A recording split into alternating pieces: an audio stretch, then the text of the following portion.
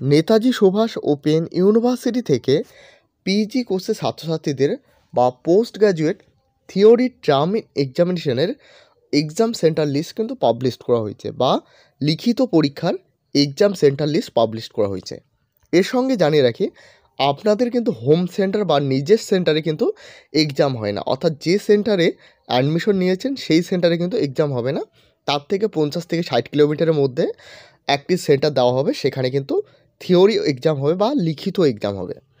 PG এবং বিলিস কোর্সের ছাত্রছাত্রীদের কোন কোন সেন্টারে term in examination theory exam হতে চলেছে বা লিখিত পরীক্ষা হতে চলেছে, তো এখানে কিন্তু এক্সাম সেন্টারগুলো দেওয়া রয়েছে। দেখতে পাচ্ছ এখানে নাম, তার সঙ্গে অ্যাড্রেস এবং সেন্টার কোড দেওয়া রয়েছে, তো এখান থেকে দেখে নিতে পারবে।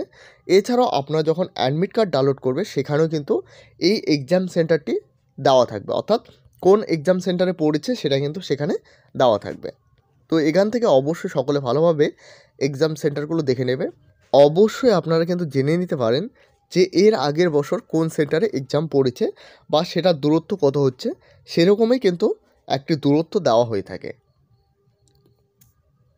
পরীক্ষা দেওয়ার ক্ষেত্রে আপনাদের এই দুটো ডকুমেন্ট লাগবে, অ্যাডমিট কার্ড এবং এনরোলমেন্ট সার্টিফিকেট কাম আইডেন্টিটি কার্ড।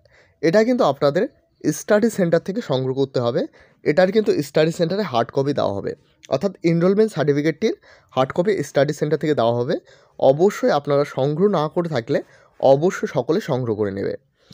অ্যাডমিট কার্ডের আপনাদের প্রিন্ট আউট করতে হবে, যেটা আপনাদের অনলাইনের মাধ্যমে ডাউনলোড করতে হবে। সেটা যখন ডাউনলোড শুরু হবে আমি কিন্তু ভিডিওর মাধ্যমে দেখিয়ে দেবো কীভাবে আপনারা ডাউনলোড করবে। তো এই হলো আজকের গুরুত্বপূর্ণ আপডেটটি ভালো লাগলে অবশ্যই একটি লাইক করবে। এই চ্যানেলে প্রথমবার হয়ে থাকলে অবশ্যই চ্যানেলটিকে সাবস্ক্রাইব করে সাথে বেল আইকন প্রেস করতে ভুলবে না।